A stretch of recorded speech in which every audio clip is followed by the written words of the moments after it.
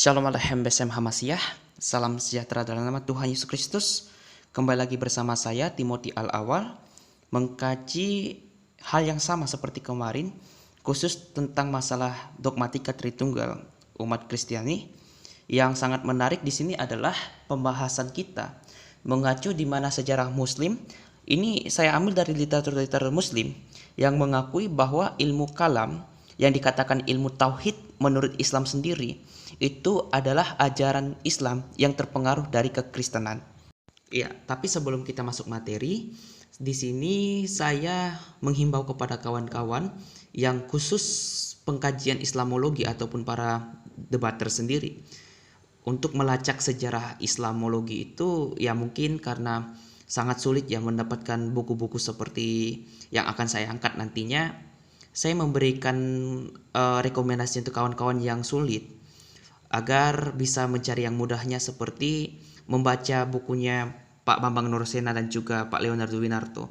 Di sini Pak Leonardo Winarto adalah seorang pendeta dari GBI.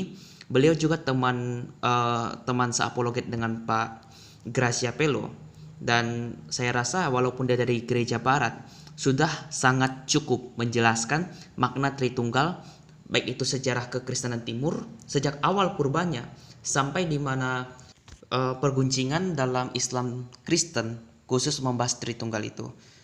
Apalagi beliau juga ada sedikit memberikan bubuhan kutipan yang sempat saya beli beberapa hari lalu, dan saya rasa ini bagus untuk kawan-kawan dari gereja barat, baik itu Anda yang dari Katolik ataupun Protestan, baik aliran manapun yang masih mempercayai doktrin Tritunggal, membaca buku seperti ini. Begitu juga dengan bukunya Pak Gracia Pelo ya. Di sini nama buku Dialog Tritunggal Gereja Timur dengan Muslim di Timur Tengah pada abad 7 sampai dan 14 Masehi. Ini sangat-sangat membantu kita memahami problematika awal mula Islam dan Kristen itu membahas tentang hal yang bersifat esensial mengenai Tritunggal dan juga ketauhidan dalam Islam. Karena ya seperti yang saya jelaskan sebelumnya, Islam mengenal ilmu tauhid, bahkan ilmu tauhid itu dikaitkan dengan ilmu kalam, dan ini akan menjadi sebuah pertukaran pikiran dengan saudara Muslim bagaimana memahami iman kekristenan sebelum mereka menyerang iman kita. Nah, kawan-kawan yang ingin dapatkan penjelasan lebih detail daripada saya bisa menyaksikan videonya Pak Gracia Pelo. Itu nanti akan saya kasih deskripsi di bawah, di mana beliau sudah menjelaskan sampai 3 sesi mengenai pengaruh Tritunggal terhadap ilmu kalam dalam Islam atau ilmu tauhidnya Islam itu sendiri. Jadi kita hanya mengulas dan saya hanya menambahkan buku-buku baru yang saya rasa untuk menambahkan referensi dari Pak Gracia Pelo sebagai kajian yang bagus untuk kita beli atau suatu saat nanti mungkin bisa kita pelajari dari video ini. Oke, lanjut. Sekarang kita akan membahas tentang sejarahnya. Sebelum kita membahas tentang ilmu kalam dan tauhid, kita harus tahu dulu sejarah perkembangan akidah dalam Islam. Ya, seperti yang kawan-kawan bisa lihat di slide yang saya kasih di sini.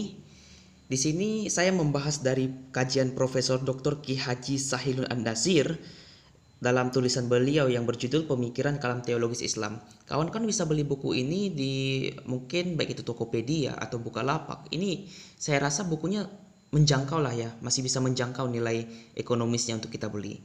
Dan di sini sudah saya mendaftarkan kutipan-kutipan tentang aliran dalam Islam. Saya tidak akan membahas tentang aliran 1 sampai dengan aliran yang kelima. Tapi saya akan fokus kepada aliran yang ke-6 sampai dan aliran yang ke-7, kajian Mu'tazilah dan juga Ahlus Sunnah wal Jamaah. Karena Islam sekarang ini paling besar itu adalah mereka yang berpaham Ahlus Sunnah wal Jamaah, baik itu mereka yang mempercayai sifat-sifat Allah, mereka yang mempercayai bahwa Al-Qur'anul Karim itu bukan makhluk atau bukan ciptaannya Allah. Tapi kita langsung kepada materi saja ya. Di sini sejarah aliran Islam yang awalnya itu belum ada perpecahan, karena Nabi masih hidup dan juga para Khalifah Rasyidin itu juga masih hidup. Pada waktu itu mulailah adanya terjadi perpecahan ketika adanya aliran Syiah yang mempengaruhi Islam.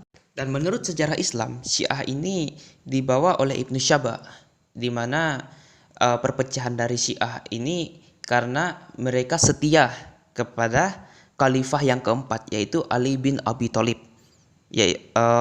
Dianggap sebagai orang yang berhak menjadi khalifah utama, dan ketiga khalifah sebelumnya itu dianggap mereka sebagai kafir karena sudah mengambil haknya Ali bin Abi Thalib sebagai kekhalifahan Islam sepeninggalnya Nabi Muhammad. Jadi itu saya kasih singkat aja penjelasannya. Mungkin nanti kawan-kawan bisa baca apa itu Syiah yang terjadi dan bagaimana sejarahnya. Lalu Khawarij. Nah, menurut Sahil An-Nazir, Khawarij pada waktu itu orang yang sempat pro juga kepada Ali bin Abi Thalib, dan mereka membenci Muawiyah yang awalnya memusuhi Ali bin Abi Thalib. Tetapi pada akhirnya mereka kecewa kepada Ali bin Abi Thalib, yaitu khalifah keempat dan sahabat Nabi Muhammad. Kalau saya nggak salah, Ali bin Abi Thalib ini adalah menantu Nabi ketika menikah dengan Fatimah. Kalau saya nggak salah loh ya. Lalu di sini Khawarij itu memiliki sifat yang sangat ekstrim sekali. Bahkan bisa saja membunuh tetangga beliau atau sahabat beliau yang berbeda firqahnya dalam akidah Khawarij. Firqah itu artinya akidah atau pemikiran teologis dalam Islam. Istilah firqah itu seperti itu. Nomor 3 kita lanjut kepada mazhabnya atau pemikiran dari Qadariyah. Qadariyah itu timbul tahun 70 Hijriah atau 689 Masehi, yang waktu itu dipimpin oleh Mabad al-Juhni al-Bishri dan juga Al-Ja'ad bin Dirham pada masa pemerintahan Khalifah Abdul Malik bin Marwan. Jadi waktu itu dua orang inilah yang dipandang sebagai pembawa akidah Islam yang ketiga, yaitu Qadariyah. Begitu juga nantinya pengaliran Jabariyah yang hampir sama dengan Qadariyah. Nanti mengalir lagi yang namanya Murji'ah, sampai kepada titik kemana fokusan kita dalam sejarah Islam sendiri, yaitu Mu'tazilah. Nah, apa sih Mu'tazilah itu? Mu'tazilah dalam bahasa Arab yang berasal dari kata i'tazalah, artinya menyisihkan diri atau memisahkan diri. Nah, aliran ini dibawa oleh seorang tabi'in. Apa itu tabi'in? Tabi'in itu ada mereka yang sempat belajar dengan sahabat Nabi Muhammad yang generasi Khalifah Rasyidin. Lalu kita lanjut membaca dalam teks tersebut. Mu'tazilah yang dibawa oleh Wasil bin Atta adalah murid dari Imam Hasan al-Basri, seorang tabi'in seperti yang saya katakan tadi. Karena waktu itu si Wasil bin Atta menanyakan tentang bagaimana pendapat ketika seseorang Islam yang telah beriman kepada Allah dan Rasulnya, kemudian orang itu melakukan dosa besar, lalu orang itu meninggal sebelum bertobat. Menurut Imam Al-Hasan Al-Basri, orang itu tetap muslim. Nah, maka itulah waktu itu karena berbeda pendapat, akhirnya Wasil bin Atta ini berpisah dengan gurunya yang adalah seorang tabi'in tadi. Makanya gurunya mengatakan bahwa Wasil bin Atta sudah memisahkan diri dari aku. Lalu aliran yang berikutnya ini disebut dengan Ahlul Sunnah wal Jamaah yang dibawa oleh Asy'ariyah dan juga Maturidiyah. Tapi sebelum kita membahas kepada itu, saya seperti yang sudah saya katakan tadi, tertarik untuk membahas kajian Mu'tazilah dulu, baru Ahlus Sunnah. Karena ketika kita membahas tentang aliran yang pertama sampai dan kelima, itu belum membahas tentang teologi yang sangat fundamental. Itu hanya kepada tentang masalah keselamatan saudara muslim, dan itu masih belum merujuk kepada yang bersifat akidah utamanya. Sekarang kita masuk kepada pembahasan Mu'tazilah. Ya, seperti yang sudah saya tulis di sini, kejayaan Mu'tazilah itu pada kekhalifahan Islam lahir karena menolak konsep ajaran kekristenan yang mengaitkan Yesus sebagai firman-Nya Allah. Bermula gagasan ini dibawa oleh Washil bin Atta. Ini saya kutip dari Daniel G. Sehas, John F. Damascus, halaman 107 yang mengutip Nyberg dan bla bla selanjutnya bisa dibaca di sini. Sebenarnya John Damascus itu, kalau saudara-saudara bisa tanya kepada gereja Ortodoks dan juga gereja Katolik, itu adalah seorang santo yang lahir waktu itu sebagai pegawai negeri di masa kekhalifahan dinasti Umayyah. Dan pada waktu itu ketika dia sudah meninggalkan hingar-bingarnya masalah politik, dia memutuskan diri untuk menjadi seorang rahib, dan dia waktu itu memberikan jawaban kepada pertanyaan-pertanyaan yang menyerang iman kekristenan. Kalau saudara-saudara yang dari Katolik ataupun juga dari Ortodoks, bahkan gereja Protestan juga sering membaca buku ini, kawan-kawan bisa beli buku Santo Yohanes Damaskus yang berbunyi The Heresy Bus atau At Versus Heresy. Dia menggolongkan Islam itu bidat yang ke-103. Karena waktu itu ada sekitar 100 lebih bidat yang telah ditolak gereja, dan dia jawab apa saja yang menjadi problematika bidat ini dan apa kesalahannya. Pada waktu itu dia menggolongkan Islam itu sebagai bidat Hagarenos, yang artinya orang-orang Hajar, dan juga disebut sebagai Sarakenoi.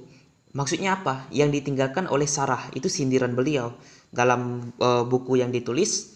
Dan ia menyebut Al-Quran sebagai sebuah kitab atau grafe yang berpendapat bahwa Muhammad dalam tulisan beliau bukan seorang nabi. Dan dia sempat agak sedikit keras lah, frontal juga dia membahas tentang Islamologi pada waktu itu.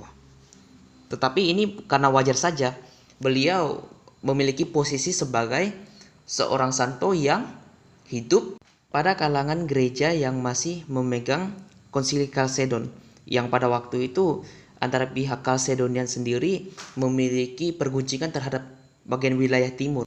Karena hingar-bingarnya antara pihak Kalsedonian yang diwakili oleh Bizantin waktu itu sempat berselisih dengan wilayah Timur Tengah. Ini akan sangat berbeda sekali kalau kita lihat dari bapak gereja yang non-Kalsedonian, dari gereja juga berdialog dengan Khalifah Al-Mahdi pada dinasti Abbasiyah, yang sangat ramah sekali dialognya tentang masalah Tritunggal dan juga tentang kodrat keilahian Kristus.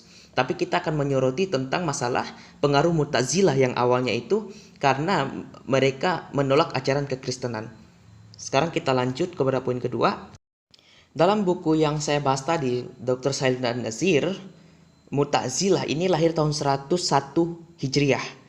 Itu kalender Muslim, atau bisa dikatakan lahir pada tahun 700 sampai dengan 748 Masehi. Jadi jaraknya sangat dekat sekali. Kalau kita hitung berdasarkan Hijriah, jika Nabi Muhammad itu wafat sekitar abad pertama, beliau berasal dari abad kedua, yaitu Washil bin Atta, yang ajarannya berasal dari 90 tahun setelah wafatnya Nabi Muhammad. Nah, di sini dikatakan ajaran ini sudah resmi pada masa kekhalifahan Hisham bin Abdul Malik, yang dikatakan itu, kalau saya nggak salah loh ya, dalam kajian Dr. Yusuf Al-Ish, ini sudah diterima pada zaman kekhalifahan Umayyah akhir, sebelum dinasti kekhalifahan Abbasiyah. Nah, di sini ada lagi tuh ketika zamannya dinasti Abbasiyah hadir, ini diterima oleh kekhalifahan Al-Ma'mun, Ar-Rasyid, dan Al-Wastik. Khalifah yang pertama itu, yaitu Khalifah Al-Ma'mun, sangat keras sekali, sampai kalau kita lihat dalam sejarah itu, Anda bisa tonton videonya ya, sejarah Ibnu Hambal, di mana dia mendapatkan penyiksaan yang keras oleh Khalifah Al-Ma'mun, bahkan tidak segan-segan lagi membunuh mereka yang mengatakan Al-Quranul Karim itu adalah kodim. Apa itu kodim? Yang dahulu bersama dahulunya Allah, yang kekal bersama dengan dirinya Allah. Dia bukan ciptaannya Allah, tetapi dia adalah sifat Allah yang dulunya, yang sudah ada di dalam diri Allah itu sendiri. Itu yang dikatakan oleh Washil bin Atta sebagai ta'adud al-qudama, yang menyekutukan Allah. Dan kita akan lanjut kepada materi berikutnya. Pada masa Ibnu Hambal, Ahmad bin Hambal, yang adalah seorang pendiri mazhab yang keempat dalam Islam, atau imam yang keempat lah, bisa kata seperti itu. Beliau mendapatkan penyiksaan yang keras pada zamannya Khalifah Al-Ma'mun, di mana pada masa kekhalifahan Al-Ma'mun sendiri, mereka akan ditanya atau diinterogasi apakah Al-Quran itu disebut dengan ciptaan atau bukan ciptaan. Maksudnya ciptanya Allah atau bukan ciptanya Allah. Maka ketika mereka dikatakan bahwa Al-Quran itu adalah kalamullah yang qadim, yang disebut dengan ghairul makhluk atau bukan ciptaan, mereka akan dipenggal. Bahkan mereka ada yang disalib atau dicambuk beratus-ratusan kali. Makanya Ahmad bin Hambal itu mendapatkan penganiayaan atau penyiksaan besar pada zamannya kekhalifahan pada zaman Al-Mutawakkil ya. Dan itu juga diwakili oleh Khalifah Al-Ma'mun itu sendiri. Dan kaum Sifatiyah dianggap kaum syirik oleh mereka, yaitu penyekutuan Allah, di mana adanya kekodiman yang lain daripada zat Allah atau wujud Allah itu akan mengkaburkan istilah tauhid dalam Islam. Sekarang kita lanjut buku-buku pengakuan Islam sendiri, di mana Wasil bin Atta terpengaruh dari ajaran kekristenan, yang waktu itu terpengaruhnya bukan terpengaruh menerima ajaran kekristenan bahwa firman Allah itu adalah bukan ciptaan atau firman Allah itu adalah Allah. Maka waktu itu Wasil bin Atta memutar pemahaman orang Kristen dengan mendalilkan itu adalah ajaran Islam. Jadi ini adalah sikap sebagai yang penolakan terhadap ajaran Islam, menerima pemahaman bahwa firman itu adalah bukan ciptaan atau dia kidam, dahulu dalam diri Allah. Kita baca dulu dari pengakuan teologi utama Islam ini dari bukunya Firqah dalam ilmu kalam. Ini masih sama buku yang tadi yang dibawa oleh Dr. Sayyid An-Nasir, halaman 166. Mungkin kalau saudara tidak bisa membaca ini secara jelas ya, akan saya bacakan langsung di sini. Dikatakan bahwa Mu'tazilah ini ternyata banyak terpengaruh oleh unsur-unsur luar, antara lain dari kalangan orang-orang Yahudi, sehingga mereka berpendapat bahwa Al-Quran itu hadits atau qalqul Al-Quran. Hadits itu artinya adalah baru. Pengaruh yang sama datang dari orang-orang Kristen seperti Santo Johannes of Damascus itu tahun 749 Masehi, yang lebih dikenal dengan sebutan Ibnu Sarjun. Sabit bin Qurrah itu muridnya dari Yohanes Damaskus ya kalau dalam kekristenan, dan Kusta bin Lukas 820 912 Masehi. Jadi sebenarnya pengakuan Islam ini sangat-sangat luar biasa sekali, karena mereka mengakui bahwa Yohanes Damaskuslah yang menjadi tolak ukur pemikiran mereka yang terpengaruh, sehingga menolak pemahaman di mana Yohanes Damaskus mengatakan firman Allah adalah qadim atau firman itu adalah Allah itu sendiri, karena mereka takut Wasil bin Atta ini akan takutnya pemahaman Yohanes Damaskus terpengaruh Islam yang akan mengatakan Quran itu adalah bagian dari Allah dan adalah Allah. Makanya dia mengatakan bahwa firman itu adalah ciptaan. Apakah perkataan saya ini adalah mengada-ngada? Sekarang mari kita coba memperhatikan dari pernyataan oleh Dr. Abu Zahra, seorang sejarawan yang membahas tentang akidah politik sejarah dalam Islam. Ini buku lama tapi saya dapatkan dari Pak Leonardo Winarto yang waktu itu sempat menunjukkan ini sama saya, dan insya Allah kalau seandainya ada terbitan ini saya akan beli satu saat nanti. Ya, seperti ini wujud bukunya. Sekarang mari kita baca. Di sini dikatakan bahwa terlepas dari hubungan antara usaha penyusupan pemikiran yang dilakukan orang-orang seperti Yohanes al-Dimashqi, Yohanes dari Damaskus, dan usaha menyangkalnya yang dilakukan oleh kaum Mu'tazilah, pendapat tentang kodimnya dahulunya Al-Quran dapat membawa umat Islam kepada yang diyakini oleh orang-orang Kristen. Kaum Mu'tazilah telah menjelaskan bahwa paham tentang kekalnya Al-Quran berakibat paham tentang berbilangnya Tuhan. Ta'atut Al-Qudamah. Orang-orang Kristen telah menempuh cara berpikir seperti itu, sehingga mereka meyakini kekalnya Al-Masih, dan selanjutnya mereka menjadikannya sebagai Tuhan yang disembah. Makanya Mu'tazilah khawatir kalau mereka menyebarkan paham ini di kalangan masyarakat Islam yang awam, lalu masyarakat awam menerimanya, hal ini dapat melahirkan suatu generasi yang menyembah Al-Quran sebagaimana telah lahir generasi yang menyembah Al-Masih. Jadi itulah kenapa alasan waktu itu lahir aliran Mu'tazilah yang hampir mirip dengan Arianisme. Arianisme berbedanya dengan Mu'tazilah. Pemahaman mengatakan firman itu tercipta itu lahir pada tahun 324 sampai 325 Masehi, dan waktu itu tahun 325 Masehi lah Kristen utama menghadapi ajaran Arianisme yang menyeleweng ini. Karena mustahil jika Allah itu tidak ada tanpa firman-Nya, yang firman itu kita kenal sebagai Yesus Kristus ketika menjadi manusia. Nah, anehnya pemahaman itu baru ada abad keempat karena kita bisa baca tulisan bapak-bapak gereja Ignatius, Polikarpus, Irenaeus, generasi abad pertama sampai abad ketiga, abad kedua Masehi masih mempercayai Yesus adalah firman-Nya Allah dan dia disembah. Berbeda dengan Mu'tazilah. Mu'tazilah itu lahir tahun sekitar 131 Hijriah dan sedangkan wafat Nabi Muhammad itu tahun 11 Hijriah. Otomatis ada sekitar 90 tahunan di mana jarak Wasil bin Atta itu dekat dengan zaman Nabi dalam pemahaman akidah teologinya. Menariknya lagi kalau kita pelajari sejarah Islam, saudara muslim sangat tegas mengatakan Mu'tazilah adalah ajaran sesat sampai sekarang ini. Dan mereka adalah bid'ah yang memburukkan ajaran Islam sekitar 700 tahun. Dan terlebih lagi sebenarnya ada kesan yang sangat menarik di sini, di mana saya memberikan tulisan bahwa walau kafir, Mu'tazilah juga berjasa dalam Islam. Ini diakui oleh Syekh Ali Mustafa Al-Ghurabi, guru besar dari Fakultas Syariah di Mekah. Dia mengatakan bahwa dari uraian ringkasan ini dapatlah diketahui ajaran-ajaran dasar kaum Mu'tazilah dalam lapangan teologis Islam. Jika sekiranya tidak ditakdirkan bahwa kaum Mu'tazilah bangkit untuk membela Islam, ilmu kalam dengan kekayaannya yang besar itu tidak muncul dan kita tidak akan sanggup membela Islam dari serangan-serangan orang di luar. Terhadap usaha-usaha kaum Mu'tazilah yang patut disyukuri itu, kita hanya dapat berdoa semoga Allah Subhanahu wa taala memberi mereka upah atas jasa-jasa mereka terhadap Islam. Nah, menarik sekali. Padahal umat Islam sekarang tegas mengatakan Mu'tazilah itu kafir, mereka yang telah membunuh orang-orang benar, mereka yang telah mengkafirkan bahwa Al-Qur'anul Karim itu ghairul makhluk, padahal Al-Qur'an itu adalah kalamullah. Tapi akhirnya Mu'tazilah diakui juga posisi mereka oleh syekh-syekh muslim sendiri. Bahkan bukan hanya dia saja, Harun Nasution juga mengutip dari pandangan dari guru besar falsafah Islam Universitas Alexandria yang menulis tentang Al-Nazam, salah satu tokoh Mu'tazilah.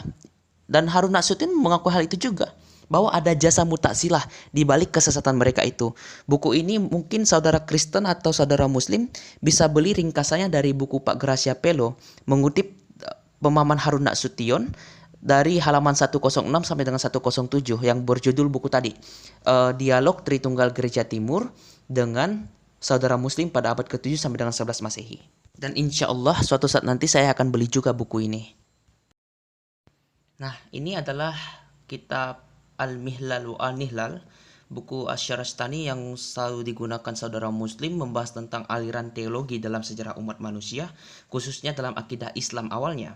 Di sini diakui bahwa penolakan bahwa Al-Quran adalah ciptaan Allah dan mengkafirkan orang-orang yang berpendapat bahwa Al-Quran itu kekal atau qadim, karena menurut Wasil bin Atta, ini adalah dalil Wasil bin Atta, jika Al-Quran dikatakan kekal berarti ada dua hal yang kekal, yakni Allah dan Qurannya.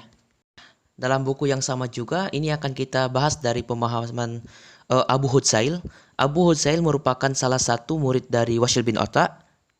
Beliau tegas mengatakan bahwa kalau kita mengakui sifat itu ada pada zat, sama saja mengakui oknum ketuhanan dalam ajaran Nasrani, atau sekurang dikatakan sifat itu adalah hal yang tidak dapat dikatakan ada dan tidak ada. Jadi dia mengakui kalau kita mempercayai sifat-sifat Allah itu sama saja mengatakan ada oknum-oknum seperti pemahaman Nasrani. Karena orang Kristen percaya Tritunggal, satu hakikat dalam tiga pribadi, atau satu ousia dalam tiga hipostasis. Istilah pribadi awalnya tidak berbeda dengan istilah sifat, karena istilah pribadi bahasa modern itu menggunakan pemahaman Sigmund Freud yang abad 19, jadi tidak ada kaitannya dengan istilah Tritunggal yang kami percayai. Tritunggal yang kami percaya adalah realita konkret Allah di mana firman dan rohnya itu nyata. Jadi itu istilah pribadi dalam istilah teologi kekristenan awalnya. Jelaskan ini karena juga banyak gereja yang salah paham mengartikan istilah pribadi, padahal Tertullianus sendiri mengatakan una substantia tres personae discreti non disparati. Discreti non disparati artinya dibedakan namun tak dapat dipisahkan. Sedangkan istilah pribadi bahasa modern, karena Tertullianus ataupun gereja awalnya menggunakan bahasa abad kedua dan abad ketiga Masehi, Sigmund Freud abad 19 Masehi membedakan bahwa istilah pribadi adalah entitas yang terpisah. Ini sangat jauh dengan pemahaman Kristen, sedangkan sifat itu dikaitkan dengan pengertian pribadi awalnya. Apalagi dalam Islam ada sifat zatiyah, sifat ma'aniyah. Nanti itu dibahas lagi ke kelanjutan dari setelah video ini. Nah, ini hal yang sangat menarik. dalam surah Al-Ikhlas ayat 4 itu ada link dari kaum Salafi yang membahas tentang pandangan Mu'tazilah. Nanti saya tunjukkan dalam deskripsi video saya. Dikatakan bahwa penggunaan surah Al-Ikhlas ayat 4 ini dipakai oleh kaum Mu'tazilah membantah kaum Ahlul Sunnah yang mengatakan bahwa sifat-sifat Allah itu kidam atau qadim. Kalau Allah memiliki sifat yang qadim atau kidam itu sendiri, otomatis ini akan bertentangan dengan surah Ikhlas ayat 114. Karena sifat Allah itu nantinya akan nuzul menjadi Al-Quranul Karim dan itu dia katakan sebagai qadim, otomatis ini akan menjadikan sekutu bagi Allah. Menggunakan surah Al-Ikhlas ayat 4 itu yang berkata bahwa dan tidak ada seorang pun yang setara dengan dia. Bagaimana mungkin penyetaraan Allah dengan Al-Quran yang disebut lafadzi dan juga nafsihi, lafadzi yang adalah dalam bentuk naskahnya dan nafsi berbentuk dalam pengertian sifat yang ada melekat dalam diri Allah itu disetarakan. Nah, itu yang ditakutkan oleh Mu'tazilah waktu itu. Dan ini pula yang digunakan oleh Wasil bin Ata, Abu Hudzail dan Jam bin Shafwan. Dan Jam bin Shafwan juga pernah mengutip surah Maryam 171 mengkaitkan Al-Quran itu adalah ciptaan dengan al-masih sebagai kalimatullah.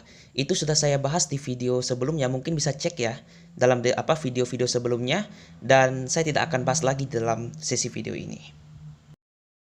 Ya, ini ada karya Imam Asyuti yang membahas Tarik al-Khulafah, khususnya pembahasan dinasti Abbasiyah. Kawan-kawan bisa download di Play Store atau bisa cari PDF drive dan ini sudah bisa kita lacak berdasarkan kalau memang susah untuk mendapatkan bentuk fisik buku ini. Nah, di sini akan saya bacakan bahwa mereka tidak mampu membedakan antara Allah dengan makhluknya. Ini kata Khalifah Al-Ma'mun yang waktu itu berpaham Mu'tazilah. Akibatnya mereka menyamakan antara Allah dengan makhluknya. Oleh sebab itu mereka menyatakan makhluknya, maksudnya Al-Quran, adalah bersifat kekal, yaitu baqa, dan Allah tidak menciptakannya. Padahal Allah sendiri berfirman dalam surah Al-Zukhruf ayat 3, sesungguhnya kami menjadikan Al-Quran dalam bahasa Arab. Lalu dia mengkomparasikan ini bahwa menjadikan artinya menciptakan dengan mengutip surah Al-An'am ayat 1, Az-Zukhruf ayat 3 atau ayat 99. Kawan-kawan bisa baca di sini sehingga dia menjelek-jelekkan kaum Ahlul Sunnah dan mengatakan mereka seburuk-buruknya umat. Di sini ada sekitar perbandingan ayat-ayat penolakan Mu'tazilah bahwa Al-Quran adalah kidam seperti Allah, sama seperti ayat penolakan keilahian Yesus dari Unitarianisme maupun Islam. Saya kurang lengkap ya, di sini dikatakan Arianisme, karena Arianisme lah yang pertama kali membahas ajaran ini. Kenapa saya rasa ini penting? Karena bagi kita, maksudnya bagi Ahlul Sunnah, mereka mengklaim bahwa Mu'tazilah waktu itu menggunakan akal dulu daripada dalil. Padahal mereka juga menggunakan dalil sebenarnya. Sama seperti yang saya katakan tadi bahwa Al-Quranul Karim itu dikatakan kidam, sudah mengartikan bahwa Al-Quranul Karim itu seperti zat Allah yang kidam. Jadi kalau kita memahami ayat-ayat Mu'tazilah pada waktu itu, ketika saudara muslim menggunakan ayat-ayat Alkitab untuk menyerang keilahian Kristus dan kemanusiaannya, lebih condong kepada kemanusiaan Kristus, kita dapat memberikan tawaran kepada saudara muslim, ini ayat-ayat yang menunjukkan Al-Quran Al-Karim itu adalah makhluk atau ciptaannya Allah. Kenapa kalian Ahlul Sunnah mengatakan Al-Quran itu bukan ciptaan? Jadi saya mungkin tidak akan bacakan ini secara lanjut, tapi perbandingan ini sudah bisa menjadi contoh untuk pembelajaran kawan-kawan, di mana ayat nomor 1 itu menggunakan surah Ar-Ra'd ayat 16 dikatakan sekutu-sekutu bagi Allah. Mengartikan kidamnya Al-Quran, apakah itu sekutunya Allah? Kan tidak kan? Begitu juga di mana Yesus mengatakan Markus 12 ayat 9, ketika Allah itu Esa bukan berarti Yesus mengakui bahwa Allah itu memiliki keesaan yang bersifat satu doang. Tapi ada kemajemukan dalam diri Allah. Karena kita percaya Allah itu Esa, tetapi kita menjelaskan kebagaimanaan keesaannya Allah itu yang bukannya mati tetapi memiliki kehidupan dan juga memiliki firman-Nya. Dan saya rasa itulah juga yang dipahami Ahlul Sunnah yang mengakui ketauhidan Allah tetapi bukan berarti Allah itu satu tanpa kejamakan. Oke, sekarang kita masuk kepada akidah Ahlul Sunnah wal Jamaah. Ahlul Sunnah wal Jamaah itu banyak saudara muslim mengkaitkan kepada hadis yang mengatakan bahwa Nabi Muhammad menjanjikan al-jamaah sebagai suatu aliran yang akan diterima di surga. Walaupun pertanyaan kita, hadis ini kan itu belakangan setelah zamannya Mu'tazilah dan sebagainya. Walaupun ada isnadnya, tapi kan sanad itu juga masih bisa dipertanyakan karena itu berasal abad ketiga yang dikatakan diriwayatkan dari ini, diriwayatkan dari ini, diriwayatkan dari ini. Jadi masih belum juga kita yakinkan 100% masalah tentang hadis tersebut, tapi kita anggap itu sebagai sebuah ajaran saudara muslim yang kita hormati. Nah, sekarang kita bahas tentang masalah Ahlus Sunnah wal Jamaah, pemahaman kejayaan Ahlul Sunnah yang dibawa oleh Ahmad bin Hambal yang hadir sebagai imam besar saudara muslim yang keempat setelah Syafi'i, Hambali, Hanafi. Setelah itu baru Ahmad bin Hambal. Imam Ahmad bin Hambal tahun 164 sampai dengan 241 Hijriah. Itu beliau ya yang mendapatkan siksaan penjara dari cambukan kekhalifahan Abbasiyah pada waktu itu. Dan ini khususnya pada Khalifah Al-Ma'mun ya. Saudara-saudara nanti bisa cek aja videonya, yaitu Ahmad bin Hambal berepisode, di mana ada video beliau ketika dia mendapatkan siksaan kekhalifahan yang berpahaman Mu'tazilah pada waktu itu. Nah, sekarang kita lanjut. Imam Abul Hasan Al-Asy'ari ini adalah imam yang lain tahun 260 sampai dengan 324 Hijriah yang paling berjasa dan imam terbesar membela akidah Ahlus Sunnah Sifatiyah. Dia ini adalah seorang mantan Mu'tazilah yang dulunya belajar kepada Al-Jubai, bapaknya yang adalah seorang Mu'tazilah pada waktu itu. Jadi beliau ini sekitar 40 tahun lah ya dia berpaham Mu'tazilah, tetapi dalam sejarah Islam sendiri mengatakan waktu dia merenungkan ajaran Mu'tazilah dan menyepi, dia mendapatkan ilhaman melalui mimpi kepada Rasulullah dan berkata ikutilah sunnahku, sehingga waktu itu dia meninggalkan Mu'tazilah dan membawa pemahaman yang baru dengan buku yang ditulisnya yaitu Kitab Al-Lu'mah. Kitab Al-Lu'mah inilah buku beliau ketika dia bertobat membela akidah Ahlus Sunnah wal Jamaah. Selain Imam Abul Hasan Al-Asy'ari, Imam Muhammad Abu Mansur Al-Maturidi, dan inilah setelah pemahaman Ahlus Sunnah dibawa oleh mereka bertiga ini, akidah ini diterima oleh Khalifah Al-Mutawakkil yang waktu itu menjadi khalifah setelah khalifah yang berpaham Mu'tazilah. Dan Islam mengakui semuanya bahwa Al-Quran itu sifatnya qadim seperti zat Allah. Dan menariknya saudara muslim, manhaj di Indonesia itu paling banyak Asy'ariyah, Maturidi ada di India paling banyak. Setelah Asy'ariyah, Maturidi, mereka akan mengatakan bahwa mereka salaf juga. Ada yang bergaku sebagai salafi. Salafi ini masih menerima pemahaman Imam Abul Hasan Al-Asy'ari, tapi mereka menolak bahwa penisbatan kepada imam sebagai Imam Abul Hasan Al-Asy'ari yang mengatakan bahwa Allah itu ada 20 sifat wajib. Karena bagi salafi, Allah itu tidak terbatas dengan 20 sifat wajib tersebut. Tapi itu kita tidak akan bahas di sini. Kita akan fokus kepada logika pemikiran Ahlus Sunnah wal Jamaah yang dibawa oleh mereka ini. Nah, ada yang menarik nih. Kemiripan sekilas pemahaman Ahlus Sunnah yang awalnya itu sudah dikenal oleh kekristenan. Dalam kekristenan yang kita percaya bahwa Allah Tritunggal itu, khususnya dalam pemahaman sosok Yesus Kristus yang adalah firman-Nya Allah, dalam kekodimannya dikatakan dalam Yohanes 1 ayat 1, pada mulai adalah firman itu bersama-sama dengan Allah, dan firman itu adalah Allah. Dalam liturgi Rasul Yakobus itu juga ada berbunyi seperti itu, bahwa Bapa, Anak, dan Roh Kudus dibedakan namun tak dapat dipisahkan. Lalu ini juga dapat dibaca dalam rumusan Tertullianus, una substantia tres personae discreti non disparati. Satu substansi 3 person dibedakan namun tak dapat dipisahkan. Ingat, dibedakan berarti yang berbeda, tak dapat dipisahkan berarti tidak bisa dipisah-pisahkan. Apalagi dalam Yohanes 1 ayat 1 berbunyi, pada mulanya itu firman bersama-sama. Bersama berarti merujuk kepada perbedaan. Tetapi dikatakan firman itu adalah Allah, itu tak dapat dipisahkan dengan Allah, karena dia satu dengan Allah. Menariknya lagi, dalam pemahaman Islam, itu hampir mirip dengan pemahaman Kristen, di mana dikatakan sifatul lail zat wala hiya ghairuha, itu dikemukakan oleh Imam Maturidi, bahwa sifat bukan zat, berarti sifat dapat dibedakan dengan zat, dan bukan yang lain dari zat, berarti dia juga sama dengan zat. Artinya kodim dahulunya bersama dengan zat. Lalu kenapa saudara muslim sekarang mempermasalahkan orang Kristen yang mempercayai Tritunggal, 3 person yang dapat dibedakan dalam diri Allah itu sendiri? Karena ini juga sama dengan pemahaman Islam yang mengatakan sifatul laizat wala hiya ghairuha. Bahkan menurut saya istilah discreti non disparati itu sudah clear maknanya. Kalau sifatul laizat wala hiya ghairuha itu bagi saya sedikit agak boros pernyataannya. Walau itu bukan hak saya ya untuk memberikan pendapat atau penjelasan dalam video ini. Tapi saya hanya mengutarakan pendapat saya. Bagi yang tidak menerima ya silakan saja. Nah, ini lanjut, saya berulang-ulang kali membahas dalam kitab Al-Ibanah, walaupun kitab Al-Ibanah ini ditolak oleh kaum Asy'ariyah tapi diterima oleh kaum Salafi, tapi saya rasa pernyataan beliau ini jujur, di mana beliau mengakui Al-Qur'anul Karim itu kidam atau dahulu bersama Allah sebagai kalam nafsinya Allah, dan tidak mengatakan kalam nafsinya Allah itu menjadi kun dalam arti dia sudah menjadi ciptaan, atau kita semua adalah kalam nafsinya Allah atau perkataannya Allah, atau kita adalah firman-Nya Allah. Sehingga saudara muslim yang selama ini suka mengatakan bahwa kita semua firman Allah selain Nabi Isa adalah kepalsuan. Coba kita bahas di sini. Saya langsung saja membaca yang bagian stabilo ya.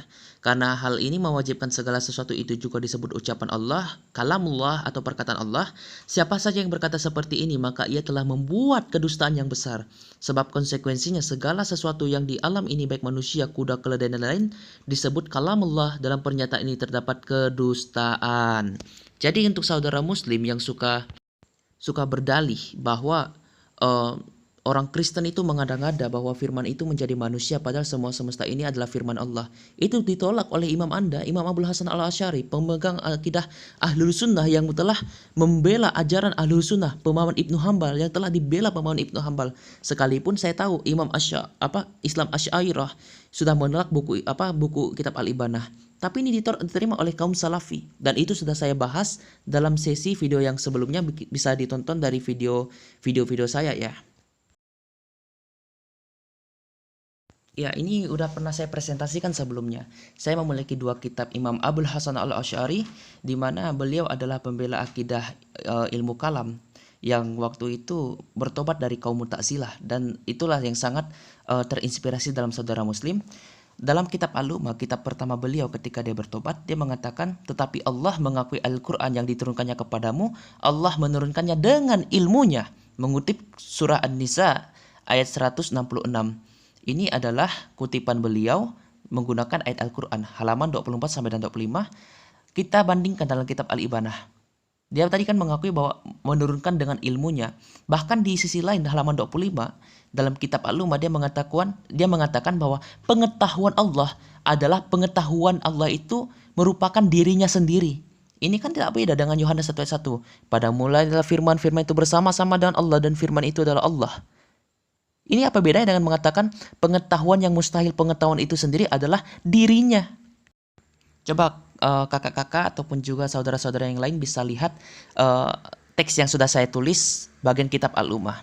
Sekarang kita bahas dalam kitab Al-Ibanah. Di sisi lain dia mengatakan kalamun nafsinya Allah, ilmunya Allah, pengetahuannya Allah adalah dirinya. Di sisi lain dalam kitab Al-Ibanah dikatakan, kami katakan bahwa kalamullah bukan makhluk dan tidak menciptakan segala sesuatu kecuali dengan mengatakan kun. Ini mengutip surah An-Nahl ayat 40. Dia mengakui bahwa kalamullah yang adalah dirinya Allah itu adalah kehendaknya Allah, dan dia menjadikan segala sesuatu melalui kalamnya. Anehnya, jika ilmu, iradah, kalamullah adalah Allah itu sendiri, di dalam kitab Al-Ibanah ada pertentangannya. Dikatakan bahwa dalam sebuah sanad yang sahih dari Ja'far bin Muhammad bahwa Al-Quran bukan pencipta, dan bukan pula makhluk. Loh, kalau dia bukan pencipta dan bukan makhluk, tadi dikatakan bahwa pengetahuan Allah adalah dirinya sendiri dalam kitab Al-Lumah. Saudara bisa baca dari slide ini ya. Sekarang kita bandingkan dengan ketakutannya Wasyil bin Atha. Karena Wasyil bin Atha ini adalah pendiri Mu'tazilah awal sebelum Asy'ari ini muncul. Mu'tazilah mengatakan bahwa karena menurutnya jika Al-Quran dikatakan kekal, berarti ada dua hal yang kekal, yaitu Allah dan Al-Quran. Dia juga mengkafirkan orang yang meninggal sultan dan sebagainya.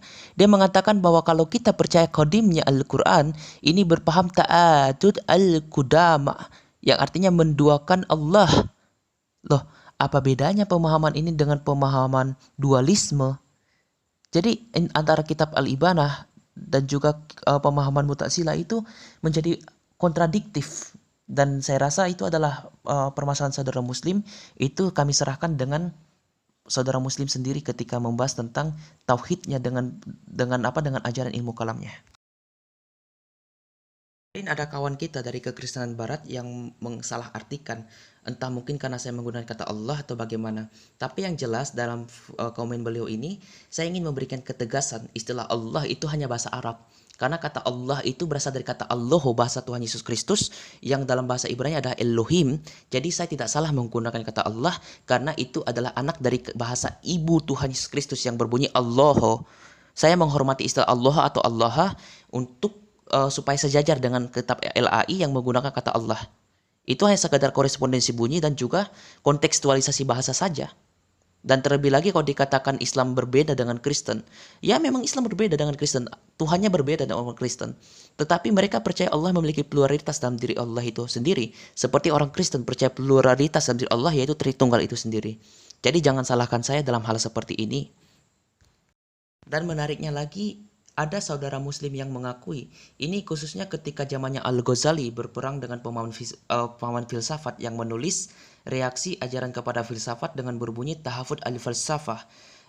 Imam Al-Ghazali tahun 1111 pada waktu itu menulis buku itu dengan dikritiki oleh Ibnu Rushd.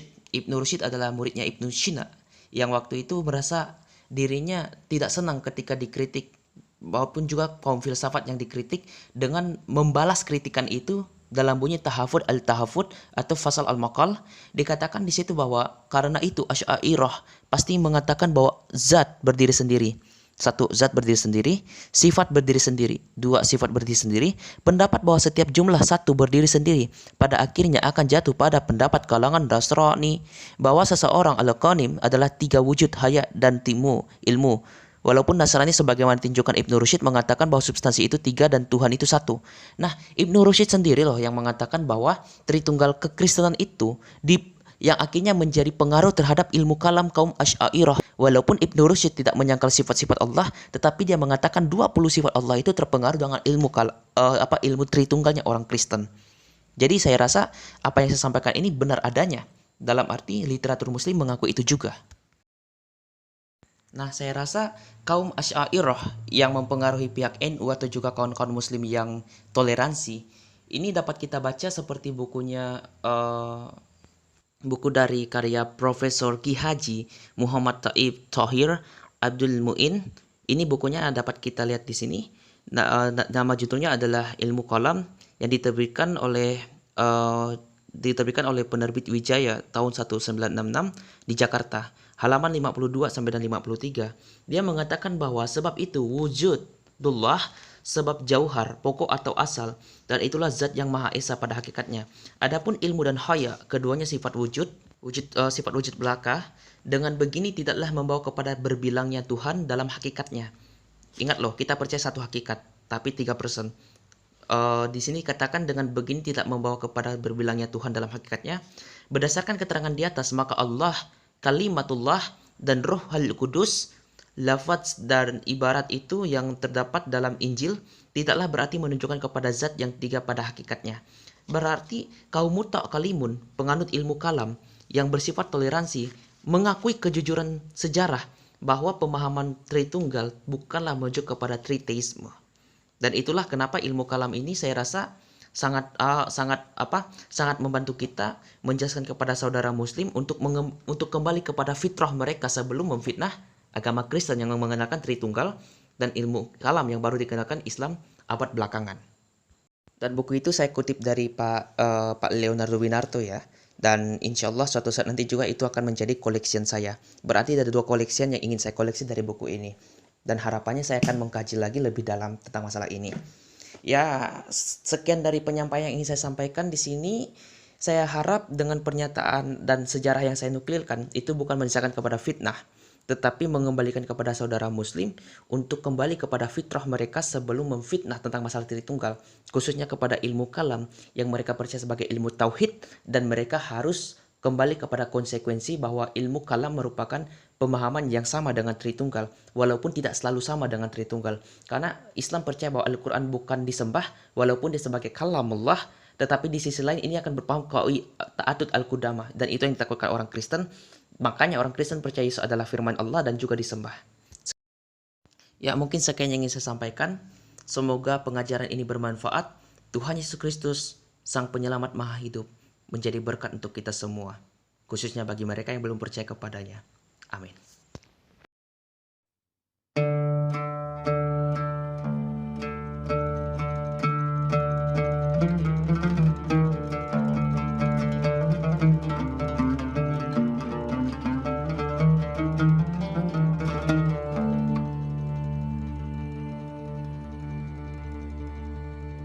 Tuhan.